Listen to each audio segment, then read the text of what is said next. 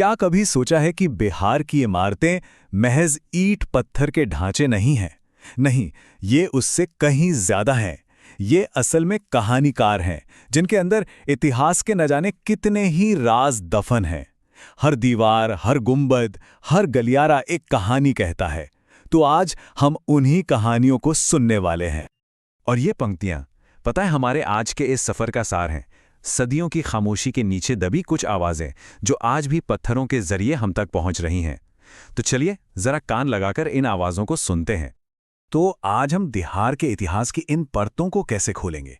पहले हम बिहार की बोलती दीवारों को समझेंगे, फिर पटना में ज्ञान और प्रतिरोध की कहानियों में उतरेंगे, पत्थरों में शाही नजरिए को देखेंगे, आत्मा और अध्यात्म के पवित्र स्थलों की यात्रा करेंगे और आखिर में ये सब मिलकर कैसे इतिहास का एक जीता जागता कैनवस बनाते हैं, इसे जानेंगे।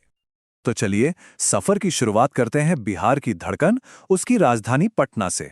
ये सिर्फ एक शहर नहीं है, बल्कि विचारों, शासन और आजादी के लिए हुए संघर्ष का एक बहुत बड़ा ऐतिहासिक मंच रहा है। देखिए, पटना में दो इमारतें एक दूसरे के बेहद करीब खड़ी हैं, लेकिन जो कहानियां सुनाती हैं ना, उनमें जमीन आसमान का फर्क है। एक तरफ है खुदा बख्श लाइब्रेरी, ज्ञान और विचारों का एक शांत भंडार, और ठीक दूसरी तरफ है पटना सचिवालय, औपनिवेशिक शासन के खिलाफ प्रतिरोध और बलिदान का एक बुलंद प्रतीक। खुदाबख्श लाइब्रेरी की कहानी तो वाकई में बहुत दिलचस्प है। इसकी बनावट में मुगल और राजपूत आर्किटेक्चर का एक खूबसूरत संगम दिखता है, लेकिन इसकी असली आत्मा बसती है एक इंसान के किताबों के लिए जुनून में। जरा सोचिए, यहाँ अरबी, फारसी और उर्दू की ऐसी ऐसी नायाब पांडुलिपियां हैं जो शायद ही कहीं और मिले। महात्मा गांधी से लेकर एपीजे अब्दुल कलाम तक न जाने कितने बड़े विचारकों ने इस जगह से प्रेरणा ली है। और ये जुनून कितना गहरा था, इसका अंदाजा इस बात से लगाइए कि खुदाबख्श ने जब शुरुआत की तो उनके पास करीबन 1500 किताबें थीं, लेकिन अपने निधन तक उन्होंने इस खजाने को बढ़ाकर कर दिया था पूरे 5000 किताबें। ये संख्या उस लगन और समर्पण की कहानी कहती है जो इस ज्ञान के मंदिर की नींव में है। अब ज्ञान के इन शांत गलियारों से निकलकर हम प्रतिरोध की एक कहानी पर आते हैं। पटना सचिवालय की दीवारें एक बहुत ही दर्दनाक लेकिन वीरता से भरी गाथा की गवाह हैं। 11 अगस्त 1942 कुछ राष्ट्रवादी छात्र शांति से मार्च करते हुए यहां पहुंचे। उनका मकसद सिर्फ एक था, इस इमारत पर अपना तिरंगा फहराना। लेकिन जवाब में ब्रिटिश पुलिस ने उन निहत्थे प्रदर्शनकारियों पर गोलियां चला दी और 7 बहादुर छात्र हमेशा के लिए अमर हो गए। उनकी कुर्बानी की गूंज आज भी यहां की हवाओं में महसूस होती है।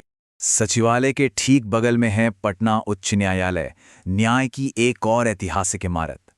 3 फरवरी 1916 को इसका उद्घाटन हुआ था, और दिलचस्प बात यह है कि इसके पहले चीफ जस्टिस सर एडवर्ड शम्यर ने पहले ही दिन से जुडिशियल ऑटोनॉमी यानी न्यायिक स्वायत्तता पर जोर दिया।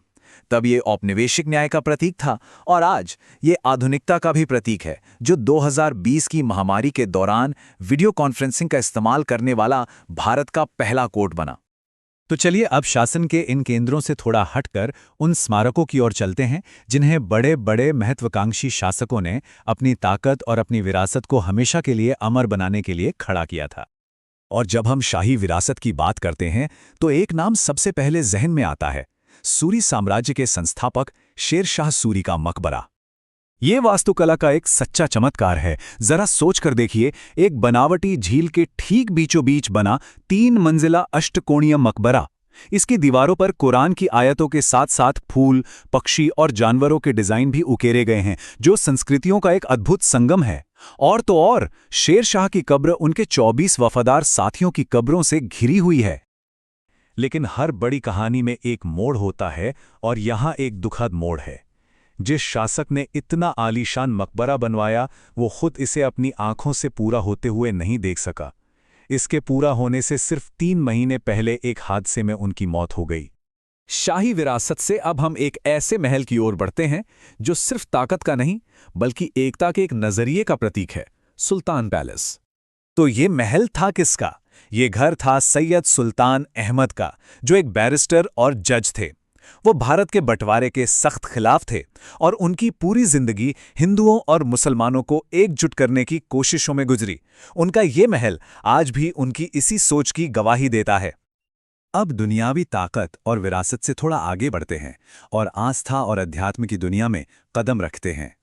चलिए बिहार के कुछ सबसे पवित्र स्थलों को देखते हैं। इन्हीं में से एक खास जगह है मनेर शरीफ। इसका पुराना नाम मनार मतन था, जिसका मतलब है संगीत का शहर। यहाँ मखदूम शाह दौलत का मुगलकालीन मकबरा है और कहते हैं कि यहाँ बेचैन रूहों को भी सुकून मिलता है। और हाँ, यहाँ का भक्ति प्रसाद भी बहुत मशहूर है, दुनिया भर में प्रसिद्ध मोतीचूर के लड्डू। मनेर शरीफ की इस मिठास से अब हम गया के विष्णुपद मंदिर की ओर चलते हैं, एक ऐसी जगह जो इस जीवन को परलोक से जोड़ने वाला एक पुल मानी जाती है। ये मंदिर पिंडदान के लिए विश्व प्रसिद्ध है। पिंडदान एक बहुत ही पवित्र हिंदू अनुष्ठान है, जिसमें लोग अपने पूर्वजों की आत्मा की शांति और मोक्ष के लिए भोजन अर्पित करते हैं, ताकि वो जन्म मृत्यु के चक्र से आजाद हो सके। तो यहाँ मोक्ष का मार्ग कैसा दिखता है? इस मंदिर को करीबन 1787 में रानी अहिल्याबाई होलकर ने बनवाया था। यहाँ श्रद्धालु भगवान विष्णु के एक पवित्र पदचिन्ह के दर्शन करते हैं। सारे अनुष्ठान अक्षय वट नाम के एक अमर बरगद के पेड़ के नीचे किए जाते हैं और ऐसी मान्यता है कि यहाँ किया गया पिंडदान पूर्वजों को शांति जरूर दिलाता है। ये सारी अलग अलग कहानियां जब एक साथ मिलती हैं तो बिहार की विरासत को इतिहास के एक जीते जागते धड़कते हुए कैनवस में बदल देती हैं। तो आज हमने दीवारों में कौन कौन सी आवाजें सुनी? खुदा बख्श लाइब्रेरी में ज्ञान की आवाज, पटना सचिवालय में प्रतिरोध की, उच्च न्यायालय में न्याय की, शेरशाह के मकबरे में विरासत की, सुल्तान पैलेस में एकता की और मनेर शरीफ व विष्णुपद मंदिर में आस्था की गूंज। तो हाँ, ये सिर्फ स्मारक नहीं है, ये बिहार की जीती जागती विरासत हैं, जो आज भी सीना ताने खड़ी हैं और आज भी अपनी कहानियां सुना रही हैं। और ये सब हमें एक बहुत ही दिलचस्प सवाल पर लाके छोड़ देता है। जो इमारतें हम आज बना रहे हैं, वो सदियों बाद हमारी पीढ़ी के बारे में क्या कहेंगी?